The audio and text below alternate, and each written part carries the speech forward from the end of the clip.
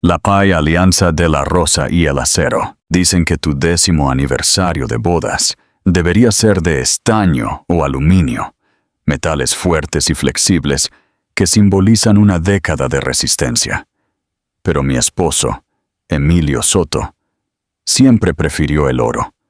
Me cubrió con él, me alojó en él, y lo usó para construir una jaula dorada de la que creyó que nunca saldría. Esta noche era nuestra cena de aniversario, organizada por su poderosa familia. Entré con 8 meses de embarazo de nuestro hijo, con el corazón como un peso de plomo en el pecho, porque ya lo sabía.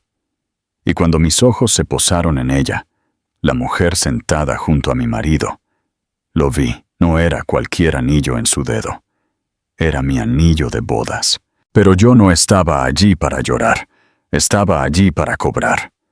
Y en mi bolso, junto a la ecografía de nuestro hijo, estaba lo único que podía hacer arder su mundo entero. Nuestra licencia de matrimonio original, certificada por el Estado. ¿Estás listo para presenciar cómo un corazón roto puede convertirse en el arma más poderosa?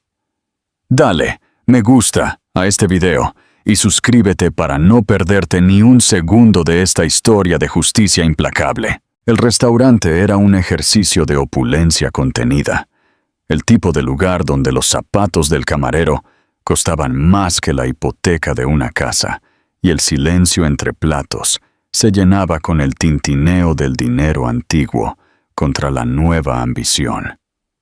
El cielo estrellado, lo llamaban.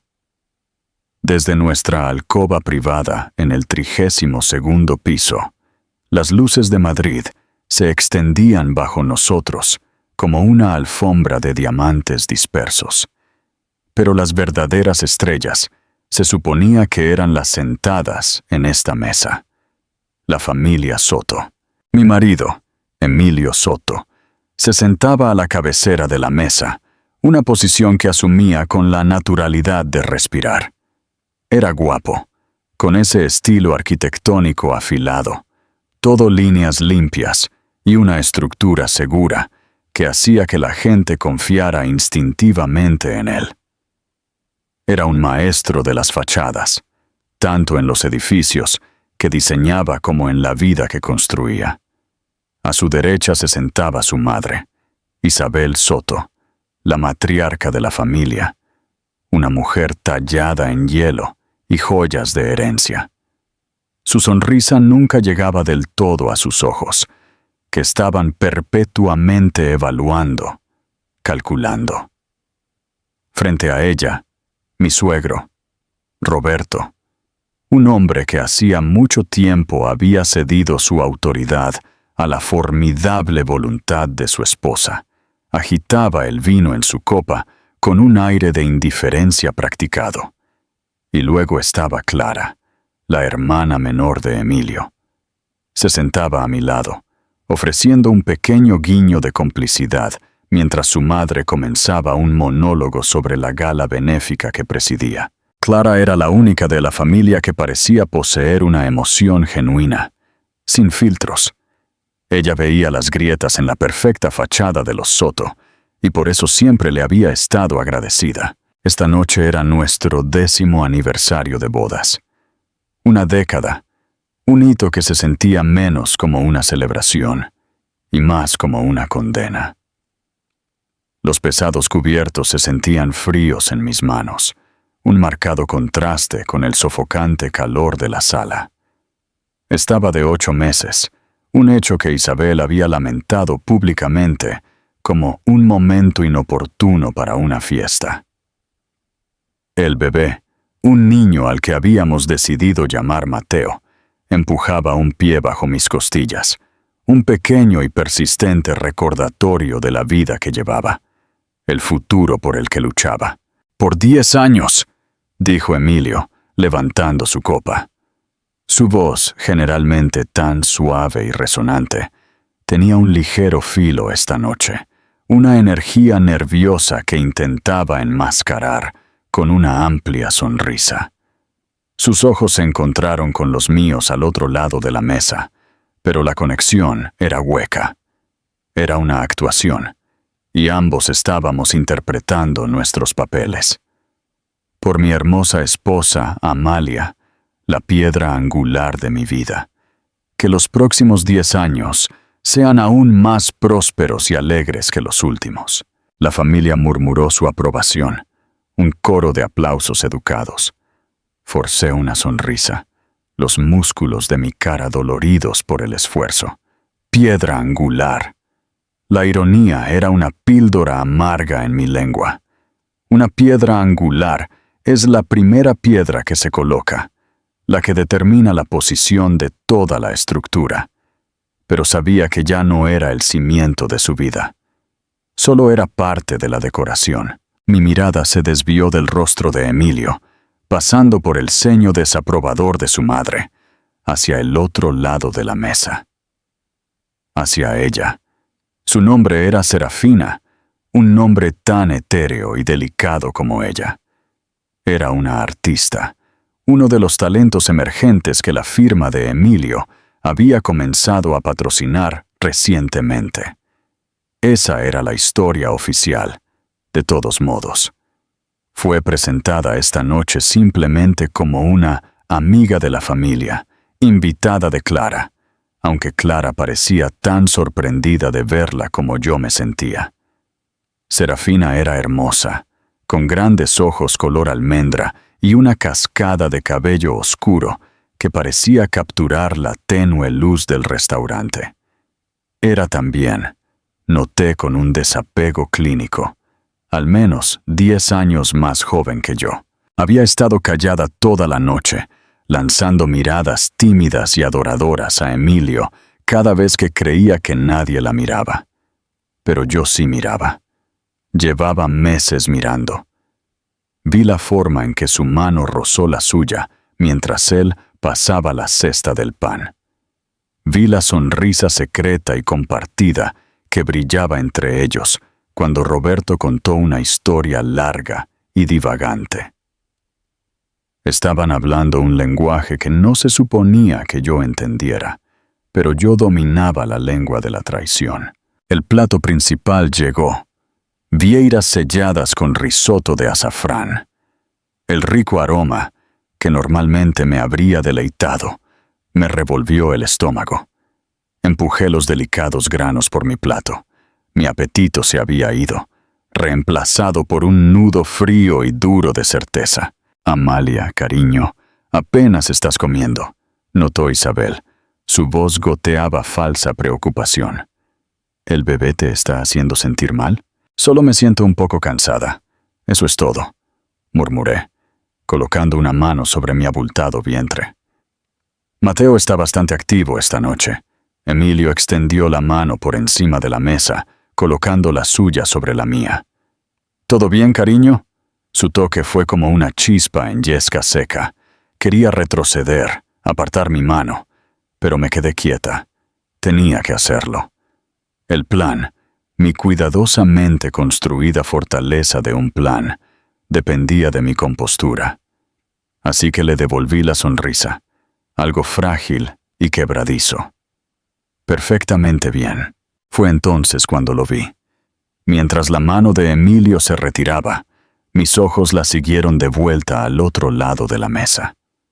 Serafina, nerviosa por el breve momento de intimidad entre marido y mujer, levantó su propia mano para meter un mechón de pelo rebelde detrás de su oreja.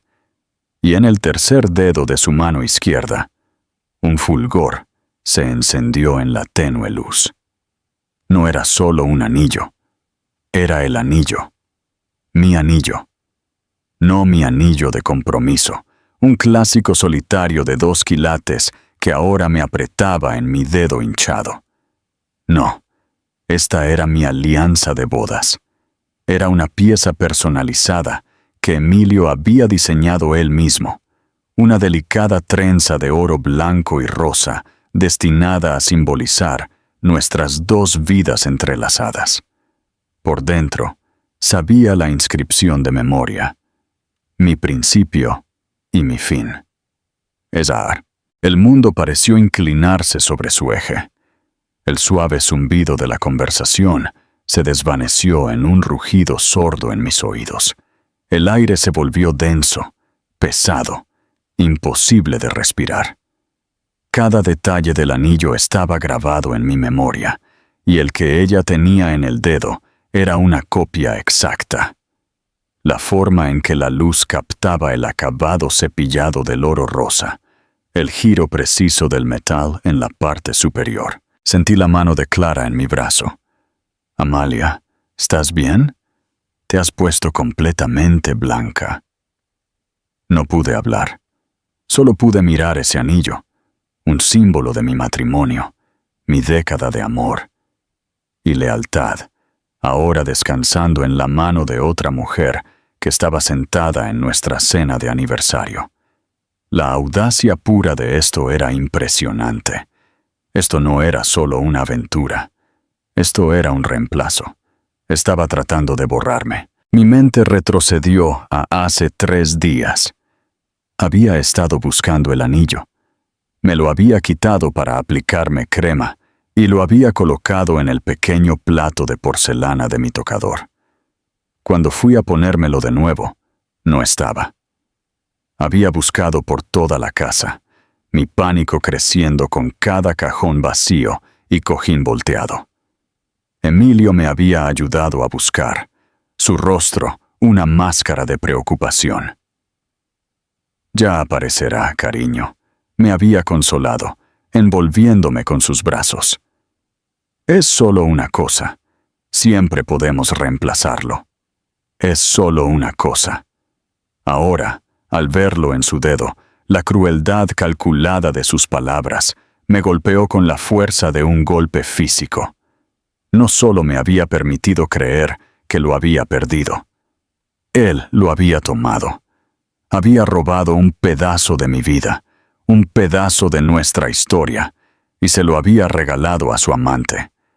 La había sentado en nuestra mesa, delante de su familia, la misma noche destinada a celebrar los votos que él había profanado tan completamente. Una rabia caliente y blanca comenzó a arder a través del shock, derritiendo el hielo en mis venas. Era una furia tan pura y potente que me despejó la cabeza, agudizando mi concentración.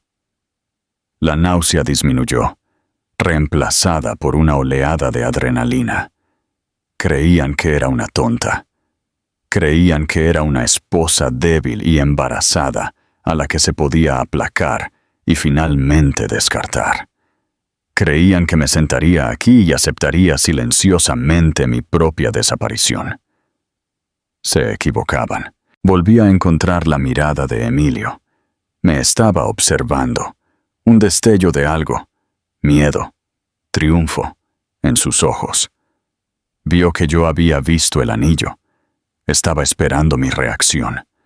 Esperando las lágrimas, las acusaciones, la escena desordenada e histérica que demostraría a todos que yo era la inestable. No le di nada de eso. En cambio, di un sorbo lento y deliberado de agua. Con calma, coloqué mi servilleta sobre la mesa. Mi mano fue al costoso bolso de cuero que descansaba en el asiento a mi lado. Dentro, pasé mi billetera y la ecografía del bebé. Mis dedos encontraron el borde nítido y doblado del documento que había recuperado de nuestra caja de seguridad esa misma mañana. El real. El original. El que tenía el sello estatal en relieve y las firmas que nos unían a los ojos de la ley. No solo un símbolo como el anillo, sino la prueba innegable y legalmente vinculante de nuestra unión. Lo saqué. La temperatura en la alcoba pareció bajar 20 grados. Todos los ojos estaban ahora sobre mí. La conversación susurrada había muerto por completo. Miré a Emilio, a su hermoso rostro mentiroso, y le di una pequeña y fría sonrisa. La función había terminado. Era hora de que comenzara el espectáculo.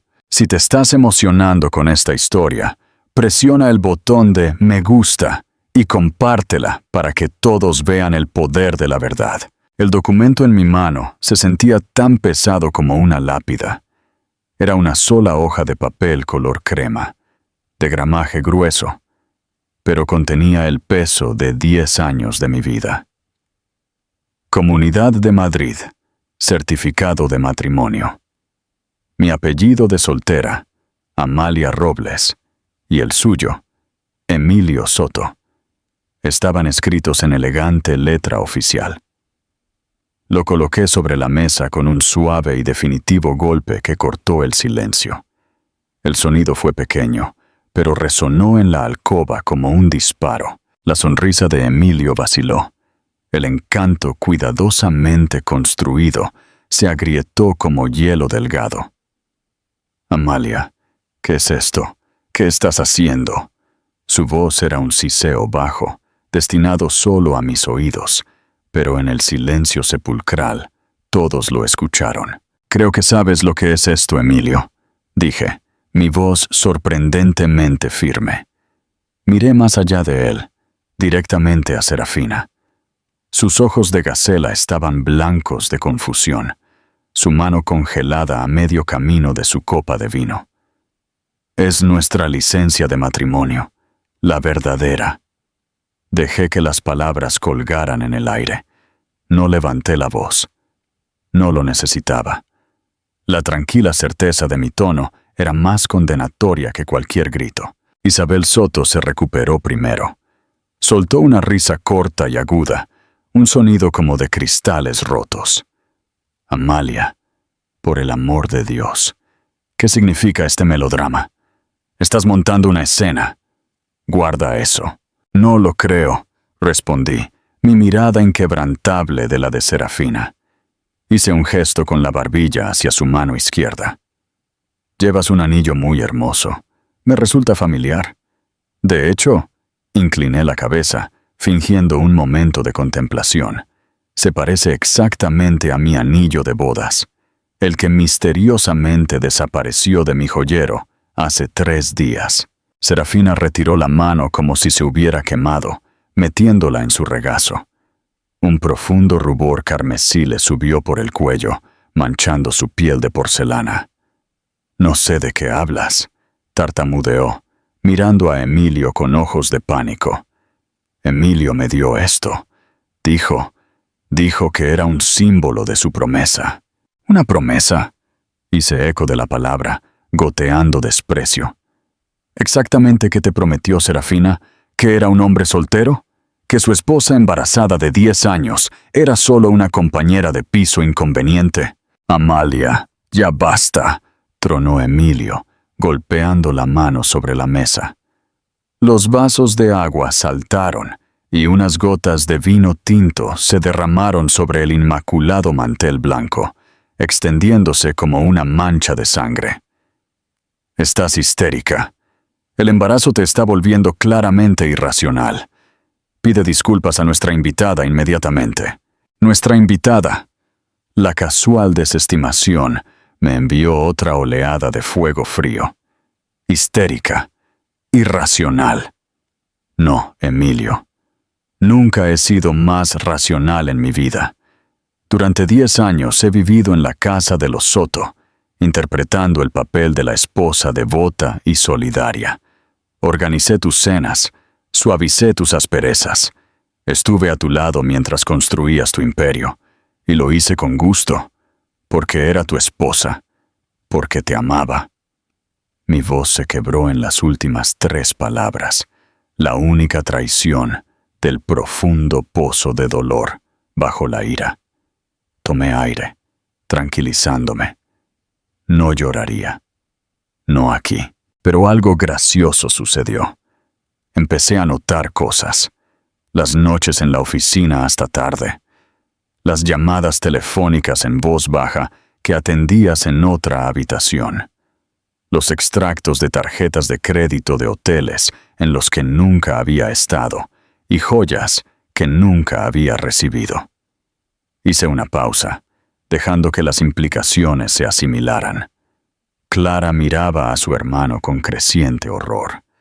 Roberto tuvo la decencia de parecer avergonzado, con los ojos fijos en su plato. Solo Isabel mantuvo su mirada helada. Y luego, continué, mi voz bajando a un susurro cómplice. Me enteré de Serafina, no solo de que te acostabas con ella, sino de que estabas construyendo toda una nueva vida con ella. Le dijiste que te ibas a divorciar, ¿verdad?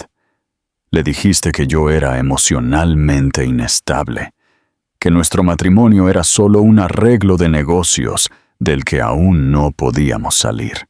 El jadeo de Serafina fue toda la confirmación que necesitaba.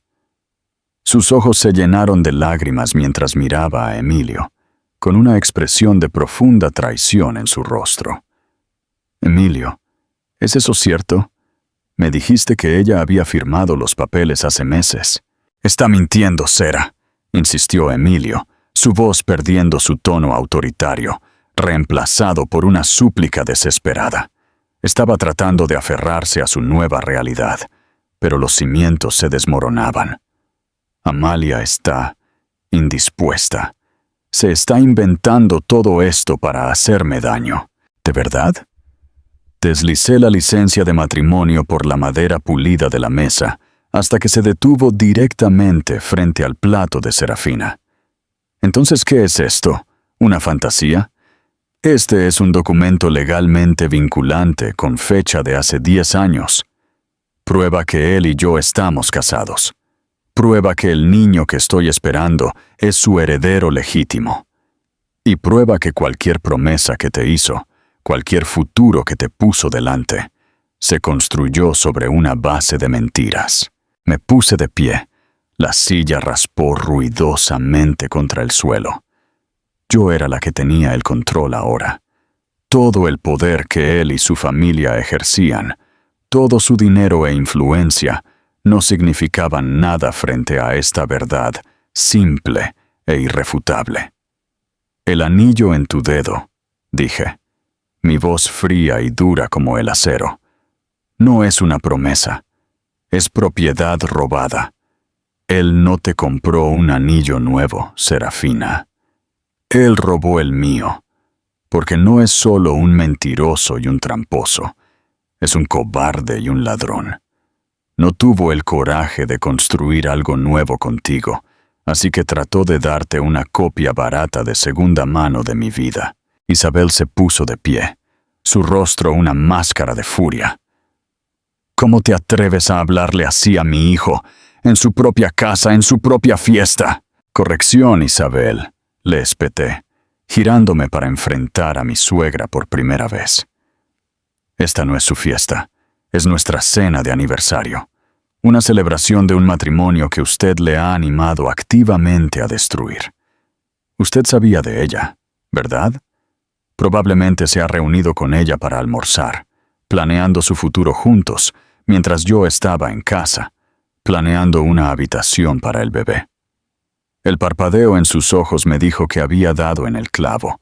La complicidad era absoluta. «Ya no eres bienvenida en esta familia, Amalia», espetó ella. «Nos has avergonzado por última vez». Una risa cruda y ronca escapó de mis labios. ¿Avergonzado a usted? ¿Cree que esto se trata de vergüenza? Esto se trata de una década de engaño. Y no se preocupe, Isabel. No tengo intención de permanecer en esta familia. De hecho, mi abogado se pondrá en contacto con su hijo mañana por la mañana para discutir los términos de nuestro divorcio. Me volví hacia Emilio. Su rostro estaba pálido, sus ojos muy abiertos con una mezcla de rabia y pánico. Había perdido el control de la narrativa, y eso lo estaba matando. Y para que quede claro, Emilio, dije, inclinándome ligeramente, no estoy hablando de una separación amigable. Estoy hablando de la mitad. La mitad de la empresa que construiste usando la herencia que mi padre me dejó como capital inicial. La mitad de la cartera que construimos juntos. La mitad de esta vida perfecta que intentaste robarme y dársela a ella. Y obtendré la custodia total de mi hijo. No le harás a él lo que me has hecho a mí. Me enderecé y miré alrededor de la mesa por última vez.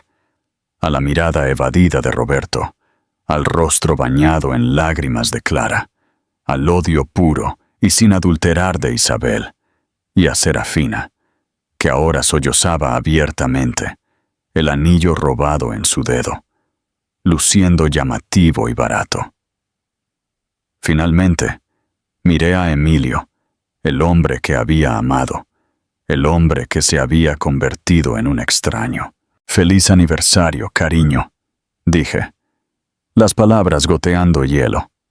Luego les di la espalda a todos, a los restos de mi matrimonio y las ruinas de la familia Soto, y salí del restaurante. No corrí, caminé, con la cabeza en alto, mi mano descansando protectoramente sobre la pequeña vida que pateaba dentro de mí, la verdadera piedra angular de mi nueva vida. Comparte este video si crees en el poder de la resiliencia y en que la verdad siempre sale a la luz. El viaje en ascensor, desde el 32º piso, fue un descenso a través de un vacío.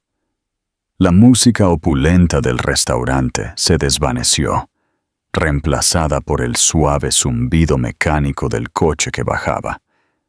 El reflejo en las pulidas paredes de latón mostraba a una mujer que apenas reconocía.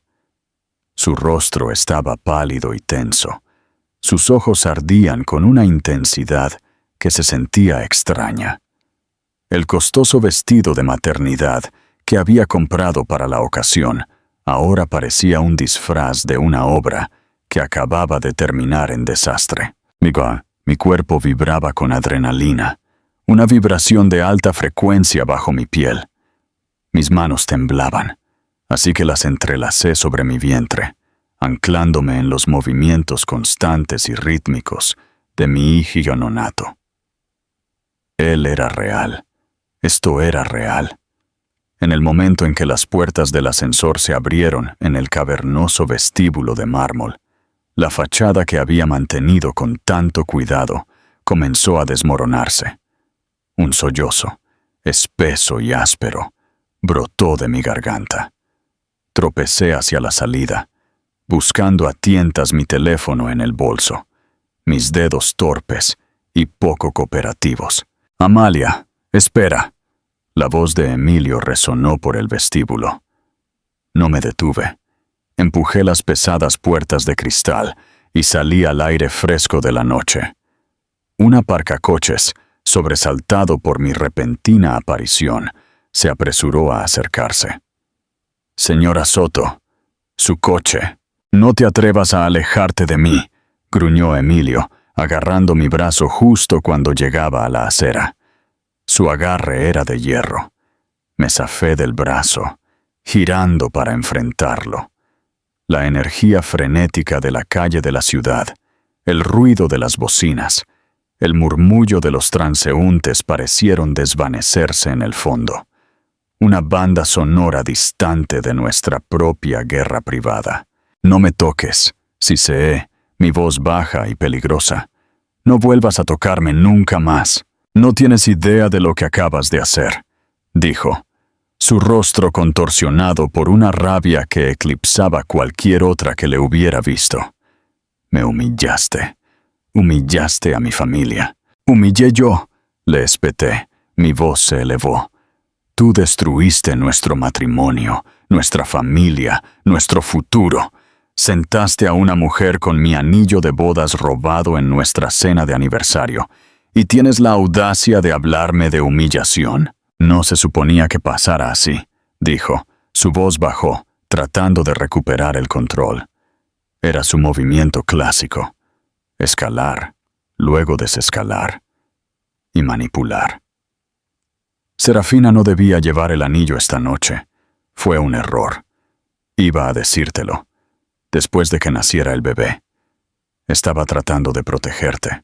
La mentira era tan descarada, tan insultante, que momentáneamente me dejó muda. «¿Protegerme?», susurré finalmente, las palabras impregnadas de incredulidad. Mintiéndome todos los días, planeando una nueva vida a mis espaldas, tomando el símbolo de nuestros votos y poniéndolo en su mano. Esa es tu idea de protección. No has sido feliz en años, Amalia, admitió. Su voz se elevó de nuevo.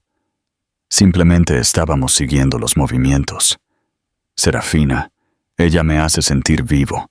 Ella me entiende. Ella entiende la versión de ti que le vendiste, le respondí. El arquitecto rico y exitoso, sin la carga de una esposa y un hijo.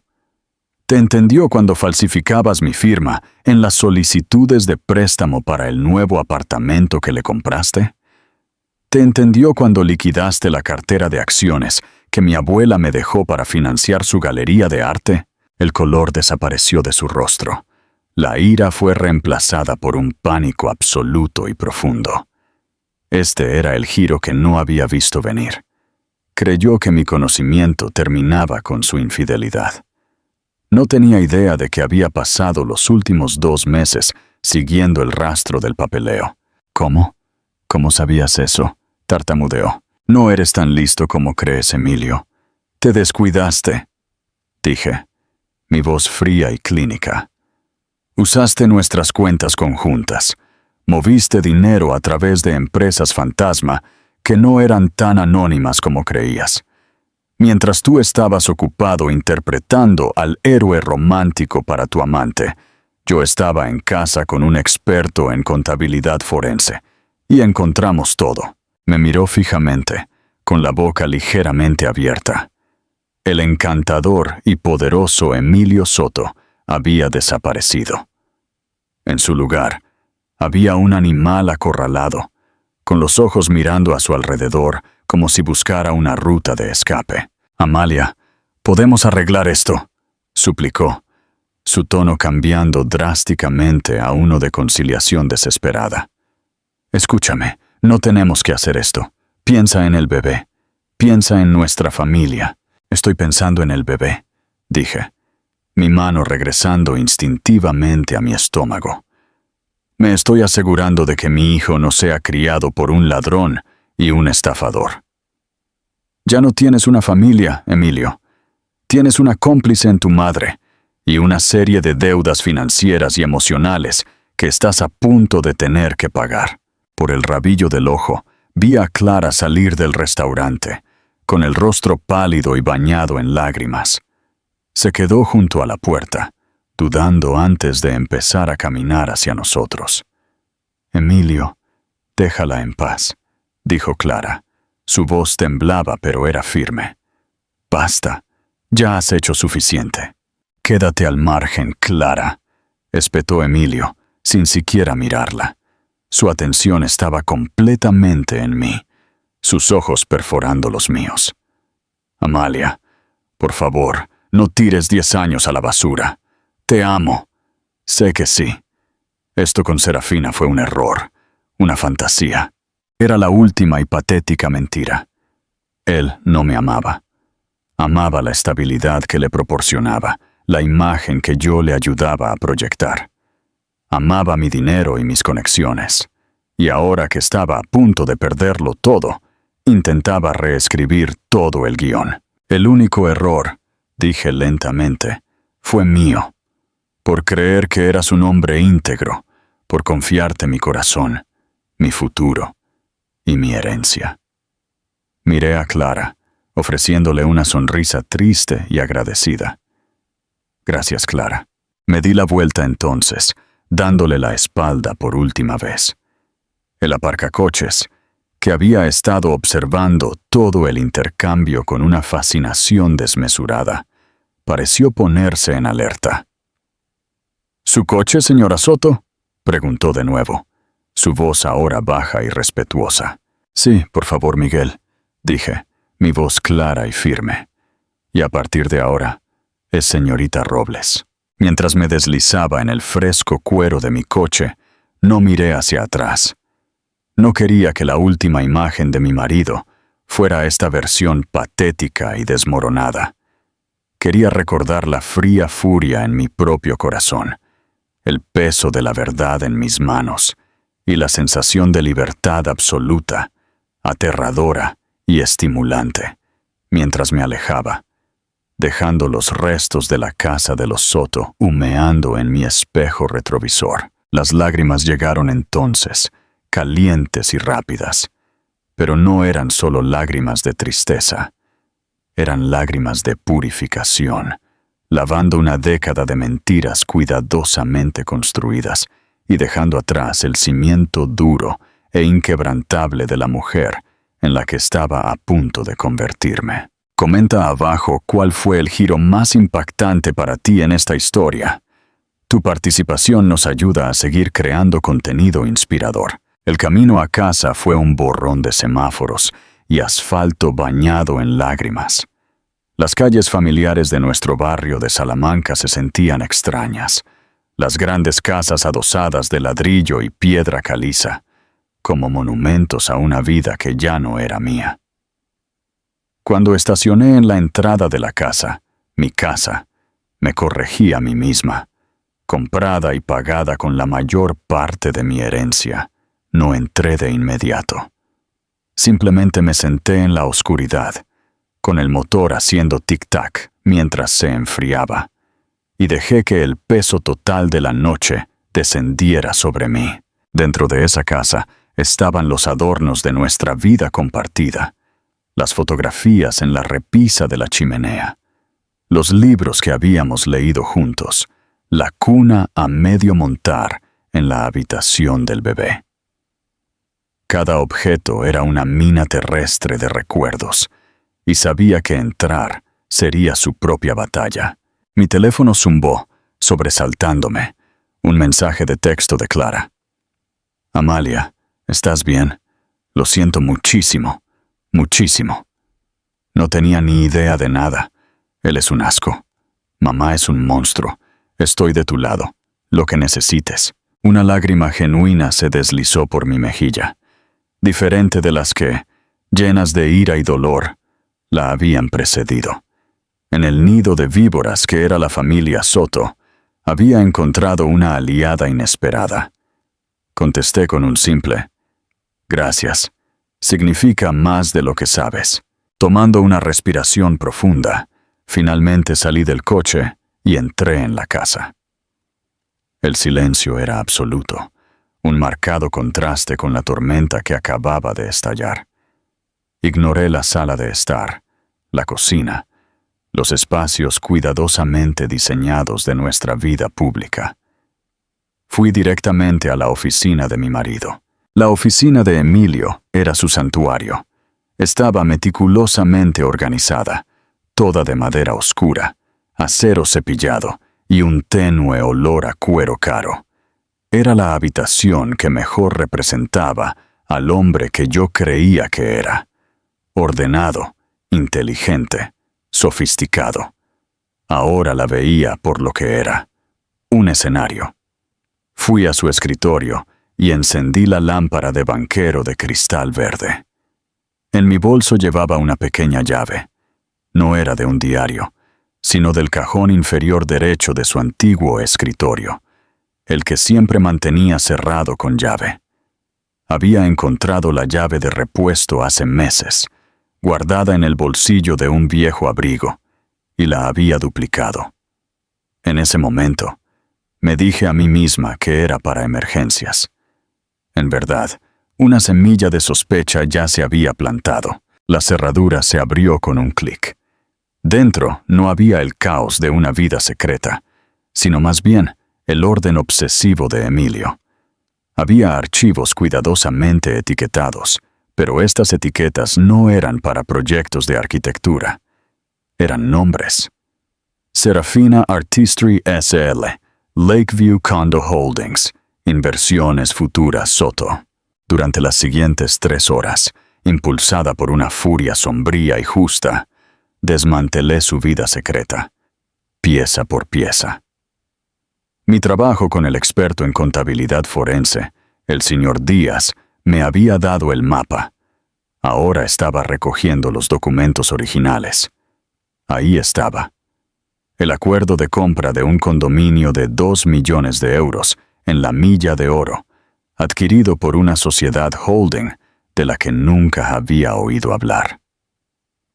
El pago inicial, Vi en un comprobante de transferencia bancaria resaltado y grapado en la parte posterior. Había sido transferido directamente desde una cuenta de valores que contenía las acciones que mi abuela me había dejado. Una cuenta que requería 2 firmas para cualquier retiro superior a 10.000 euros. Mi firma estaba allí. Una falsificación perfecta y elegante. Se me heló la sangre. Esto no era solo infidelidad conyugal, eran múltiples delitos. Fraude, falsificación, hurto mayor. Encontré los documentos de constitución de Serafina Artistry S.L. Emilio figuraba como único director y accionista. No solo había financiado su galería, él la poseía. Él la poseía a ella. Los extractos mensuales mostraban gastos extravagantes, materiales de arte, viajes a ferias de arte en Miami y Venecia, honorarios de consultoría que claramente eran solo inyecciones de efectivo.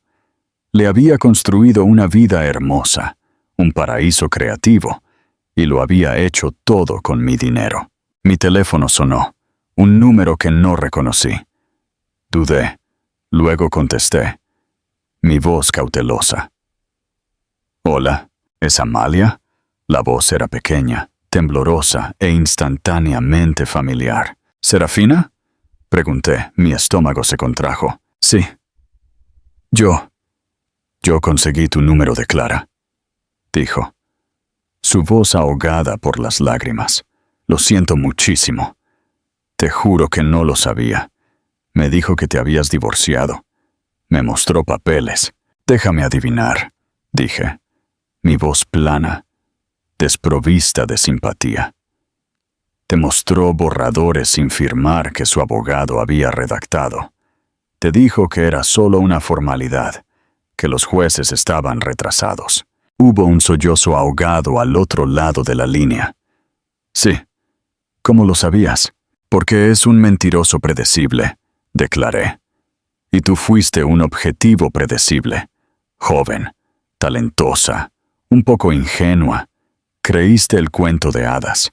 Me dio el anillo esta mañana», susurró ella. Dijo que era de su abuela, que lo había estado guardando. Dijo que esta noche se trataba de cerrar un capítulo con su familia y comenzar uno nuevo y público conmigo. Me siento tan estúpida, tan usada. Una parte de mí, la vieja y empática Amalia, sintió un atisbo de lástima por esta chica. Era una víctima a su manera. Pero esa parte de mí estaba enterrada bajo capas de traición y un feroz instinto protector maternal. «Fuiste utilizada», dije, mi tono endureciéndose. «Pero tu ingenuidad no te absuelve. Nunca pensaste en buscarme, en cuestionar por qué su exesposa seguía viviendo en su casa. Elegiste creer la mentira conveniente, porque la alternativa no venía con un apartamento en la Milla de Oro. Eso no es justo», lloró ella. «¿Justo?», me burlé. «Justicia es lo último que deberías pedir ahora mismo. ¿Sabías que la galería que te compró fue pagada con dinero robado de mí, de mi abuela fallecida?» El silencio al otro lado fue profundo. Ella no lo había sabido. Por supuesto que no. Su cuento de hadas no incluía conductas delictivas. «Voy a enviarte una dirección», dije, mi mente trabajando rápidamente. Una idea se estaba formando, un nuevo filo más afilado para mi plan. «Es la oficina de un abogado. Estate allí el lunes por la mañana a las 9 a.m. Trae cada documento que Emilio te haya dado, cada regalo, cada recibo. Si quieres salvar alguna parte de tu vida y carrera de los escombros en los que se va a convertir, estarás allí y les contarás todo».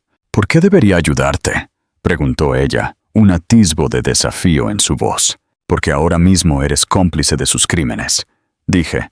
La mentira sabía a poder.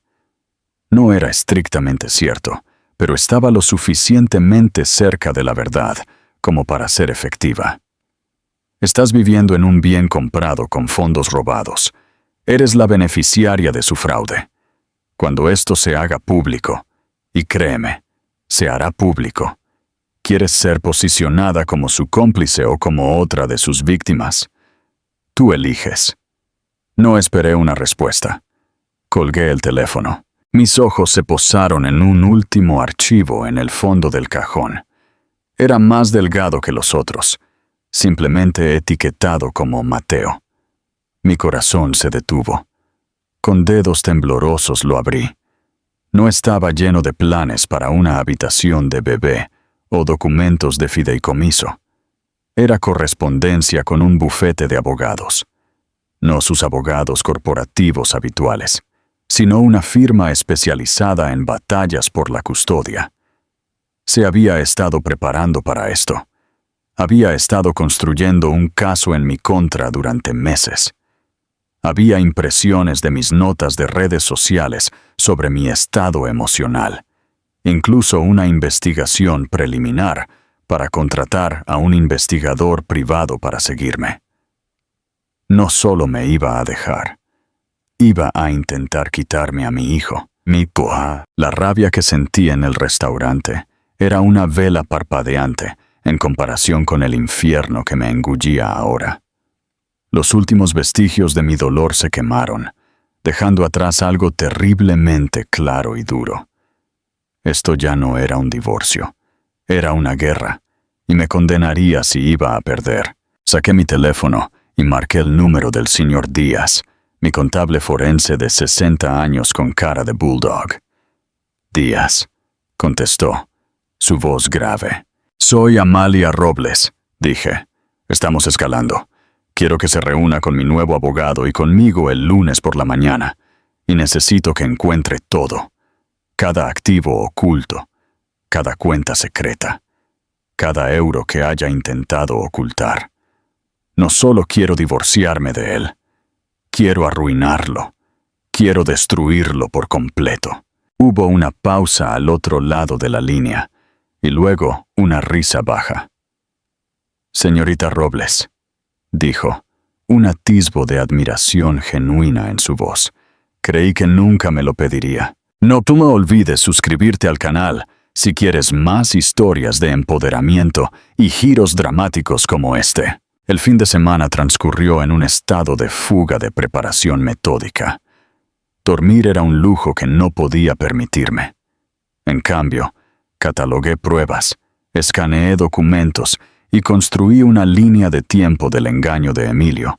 Las fechas y cifras formaban una condena contundente del hombre con el que me había casado. La casa, antes un hogar, se había convertido en mi sala de guerra. La mesa del comedor donde habíamos organizado innumerables cenas ahora estaba cubierta de extractos bancarios y blocs de notas legales. Cada firma falsificada que encontraba, cada transferencia ilícita que descubría, desprendía otra pieza del dolor, reemplazándolo con una resolución fría y dura. El domingo por la tarde, sonó el timbre. Mi corazón martilleó contra mis costillas, asumiendo que era Emilio viniendo a suplicar o amenazar. Pero cuando miré la cámara de seguridad, vi a Roberto Soto, mi suegro, parado en el porche solo. Se veía más pequeño de lo que lo hacía en una sala de juntas o a la cabecera de una mesa, sus hombros caídos, su habitual aire de autoridad distante desaparecido. Dubitativa, abrí la puerta. Amalia, dijo, su voz tranquila. ¿Puedo pasar un momento? Me hice a un lado, dejándolo entrar al vestíbulo. Miró más allá de mí, hacia el comedor, al mar de papeleo. Sus ojos, tan a menudo vacíos, se llenaron de una tristeza cansada. Clara me lo contó. Me contó lo que dijiste, sobre el dinero, las falsificaciones. Comenzó, incapaz de mirarme a los ojos. No quería creerlo. ¿Y ahora lo crees? Pregunté, mi voz desprovista de calidez. Fui a mi oficina. Tengo acceso a las cuentas centrales de la familia. confesó, finalmente mirándome. Vi las transferencias, las liquidaciones. Vi lo que le hizo a la cartera de tu abuela. Lo siento mucho, Amalia. Esto es una vergüenza. Permanecí en silencio, esperando. Esto no era una visita social.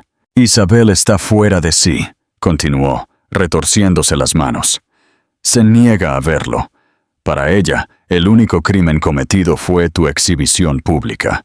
Está hablando de contratar los mejores bufetes, los abogados más agresivos. Quiere pintarte como una cazafortunas inestable. Que lo intente, dije con calma. La verdad tiene una forma divertida de atravesar el spin de relaciones públicas, especialmente cuando está respaldada por cargos federales de fraude. Roberto se encogió ante las palabras. Se llegó a eso, le declaré sin rodeos. Se llegó a eso en el momento en que decidió falsificar mi nombre y robarme para financiar su aventura. ¿Qué quieres, Roberto? Respiró hondo. Quiero ayudar, no solo por ti, sino por mi nieto. El nombre Soto ha sido una fuente de orgullo en esta ciudad durante 3 generaciones. Hemos construido hospitales, financiado alas universitarias. Mi hijo ha empañado eso. Nos ha avergonzado con su codicia y su crueldad. No me quedaré de brazos cruzados y dejaré que el orgullo de Isabel destruya lo que queda de la integridad de nuestra familia. Se llevó la mano al bolsillo de la chaqueta y sacó un sobre grueso. Estos son de mis archivos personales, registros de cada regalo financiero que la familia le ha dado a Emilio desde vuestra boda, documentación de sus préstamos comerciales iniciales, los cuales, contrariamente a lo que él te haya podido decir, estaban condicionados a su matrimonio contigo y al acceso que esto le dio a la red de contactos de tu familia. Demuestra que toda su carrera se construyó sobre tus cimientos. Podría ayudar a tus abogados. Tomé el sobre, aturdida.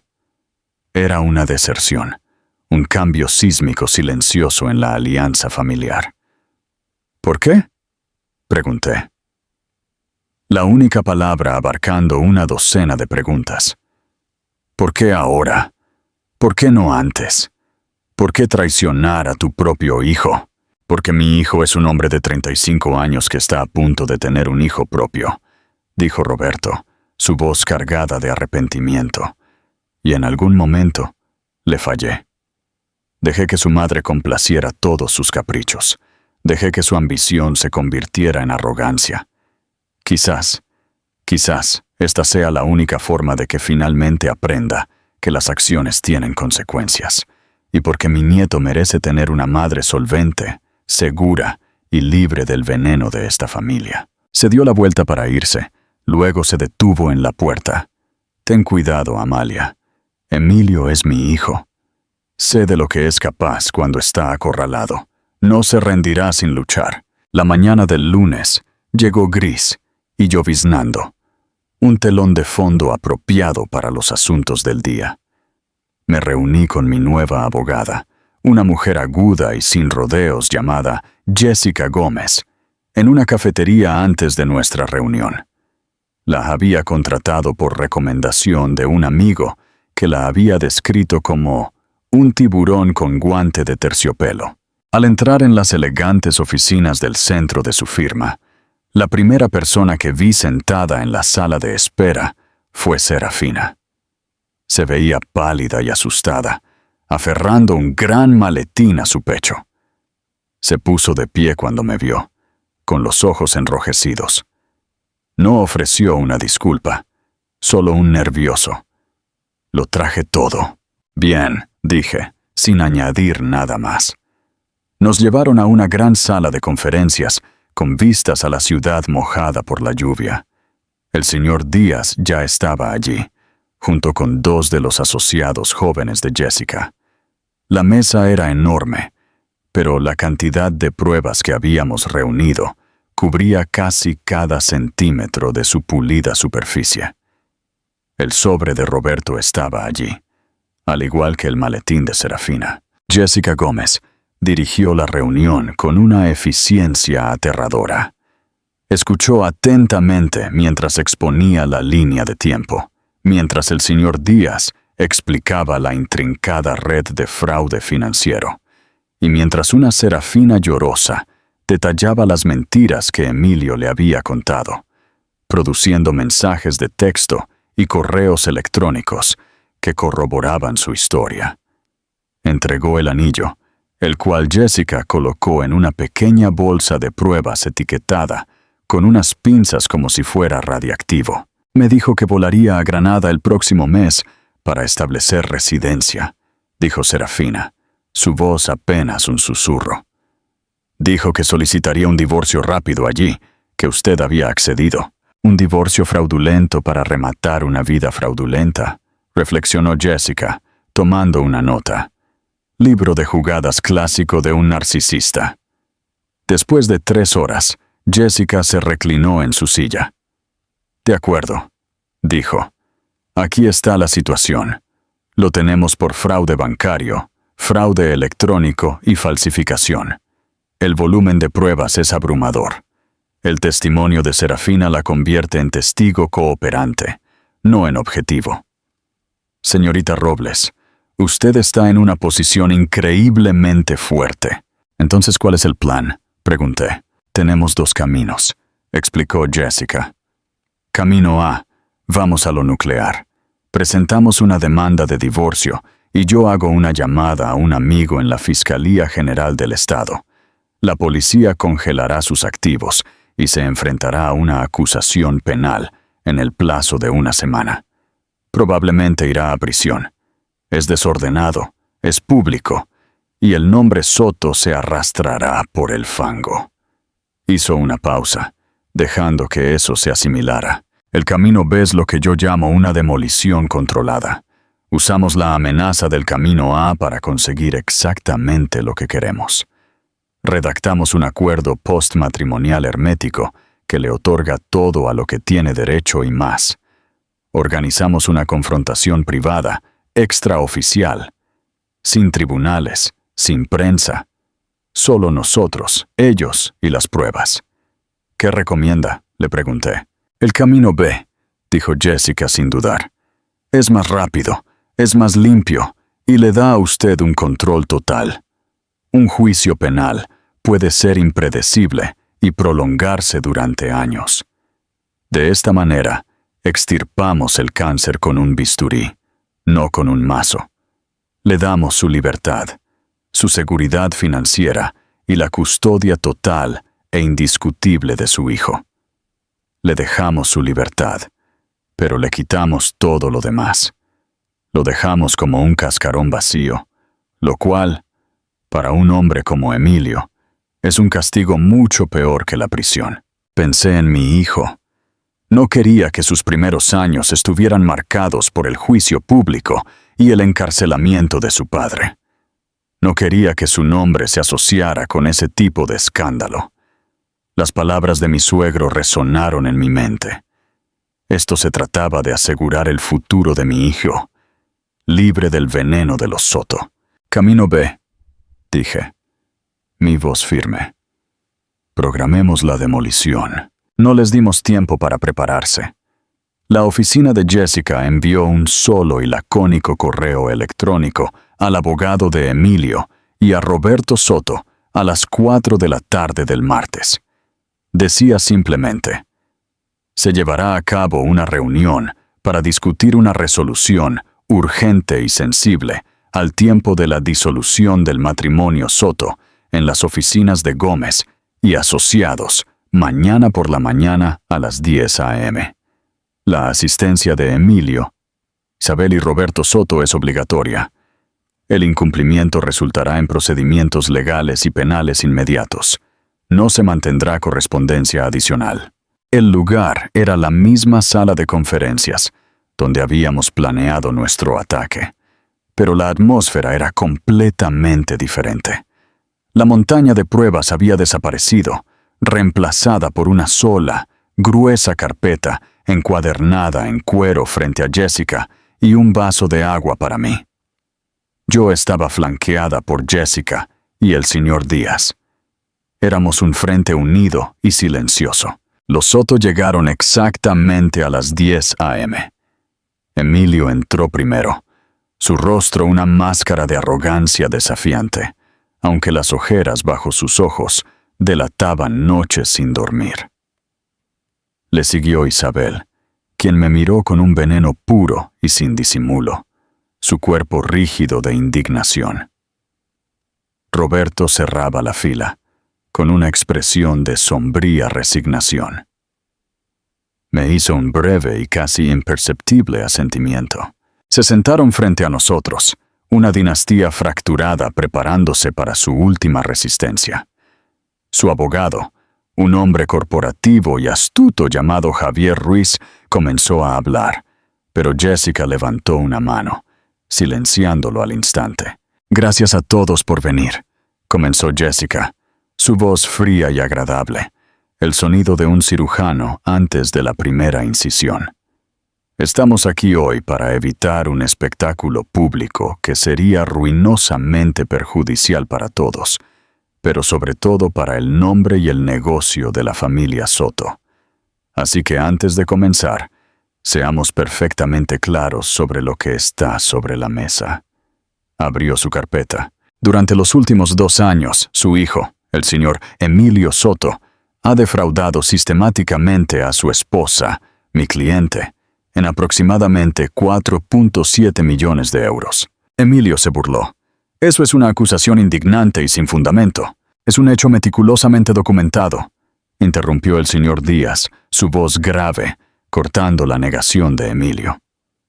«Hemos rastreado la liquidación de la cartera Robles, las firmas falsificadas en 7 instrumentos financieros separados, y el posterior desvío de esos fondos a través de 3 empresas fantasma hacia activos y cuentas controladas únicamente por usted. La Fiscalía General del Estado probablemente lo llamaría un caso de fraude electrónico y bancario, con una pena de hasta 30 años de prisión». El color desapareció del rostro de Isabel. La mandíbula de Emilio se tensó, pero permaneció en silencio. «Además», continuó Jessica, «tenemos una declaración jurada notariada de la señorita Serafina Sánchez, junto con correos electrónicos, mensajes de texto y registros financieros que detallan su promesa fraudulenta de matrimonio, su intención de cometer bigamia y su plan de solicitar un divorcio fraudulento en otra comunidad autónoma. Aunque es un tema con menos pena de prisión, la prensa se daría un festín con ello. El anillo robado y la vida secreta del heredero Soto. Ya puedo ver los titulares». Isabel soltó un jadeo ahogado. «Esto es chantaje». «No, señora Soto», la corrigió Jessica con calma. «El chantaje es la amenaza de exponer un secreto. Simplemente estoy declarando las consecuencias de los crímenes que su hijo ya ha cometido. Esto es una negociación de acuerdo». Jessica deslizó un documento por la mesa. Era grueso y encuadernado en azul. «Este es un acuerdo postmatrimonial de bienes y custodia. No es negociable. No lo impugnará. No lo modificará. Lo firmará hoy. Aquí están los términos». Se puso de pie y comenzó a pasear lentamente detrás de su silla mientras hablaba. «Amalia recibe el adosado libre de cargas. La hipoteca será pagada en su totalidad por el fideicomiso familiar Soto en un plazo de 30 días. La totalidad de los 250 millones de euros robados será devuelta a un fideicomiso establecido para Amalia y su hijo Mateo. También del fideicomiso familiar. Esto no es pensión compensatoria. Es restitución. Emilio renunciará permanentemente a todos los derechos parentales sobre Mateo. No tendrá ningún reclamo de custodia o visita, ni ahora ni nunca. Su nombre no figurará en el certificado de nacimiento. Mi cliente cree que un hombre del carácter moral de su hijo sería una influencia perjudicial. El nombre Soto, en este caso, es un pasivo, no un activo. Emilio cederá sus acciones en Soto Arquitectura.